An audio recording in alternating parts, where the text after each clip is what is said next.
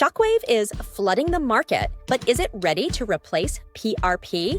PRP has decades of clinical data behind it. Shockwave, not quite. Some people are saying that Shockwave will do everything that PRP can do. We need a lot more data before we're going to say that Shockwave is going to completely displace or knock PRP out of the way.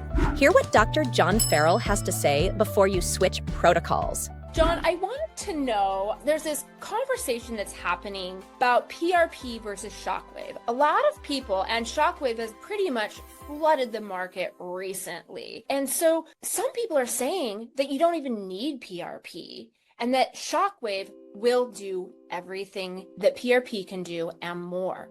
What are your thoughts on this? I think when we talk about Shockwave versus PRP, PRP is the one that's been out the longest. We have level 1 evidence to use PRP for multiple different tendinopathies, including lateral epicondylitis, glute-med tendinopathy, rotator cuff tendinopathy, Achilles tendon tendinopathy, patella tendinopathy. We've got the evidence, we've got data that supports it, we've got the evidence to back it up. Shockwave is the new kid on the block. And so I think in a big way, right? Holy yeah. Cow. Don't forget, if you want more about the business of orthobiologics, I have a podcast, or you can go on my website, The Business of Orthobiologics, and tune in. So I think we need a lot more data before we're going to say that Shockwave is going to completely displace or knock PRP out of the way. I think that there's pros and cons, and a lot of these things, we always want to tailor it to the patient, right? So if I'm managing somebody that has a tendon issue, typically we're going to A, evaluate it with a good physical exam, B, use an ultrasound to diagnose to see if do we have tendinitis, tendinopathy, partial thickness tear, full thickness tear, right? Get a good diagnosis and maybe add an MRI if we're not sure with our ultrasound diagnosis or skills.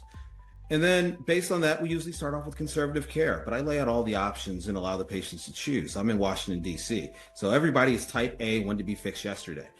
So some people are like, hey, I hear you with the physical therapy, but why don't we do an injection today and I'll still do therapy. So I give them those options so they can pick and choose. A lot of times say, hey, start off with physical therapy first. If you're not better, come on back and then we can try some things.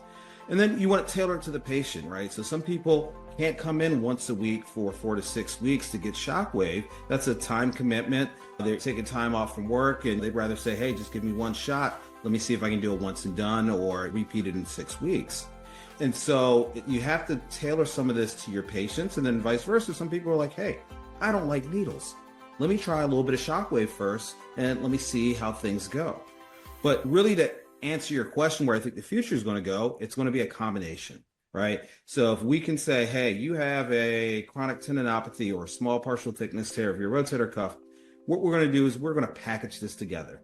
I'm going to start you off with PRP, ultrasound guided directly into that tendon tear or directly into the tendinopathy. We're going to look to see if there's any other associated pathology, i.e. biceps tendinosis, instability of the labrum. We're going to treat those areas also. And then I'm going to combine Shockwave with that for 4 to 6 treatments after the PRP. And then we'll see you back in 6 weeks. And that's what I think we're going to start to move towards and find that we'll get better outcomes when we actually combine these things together and not try one just separate on its own. Don't miss out. Please subscribe to our newsletter now to stay ahead of the world of orthobiologics. You can find the link below.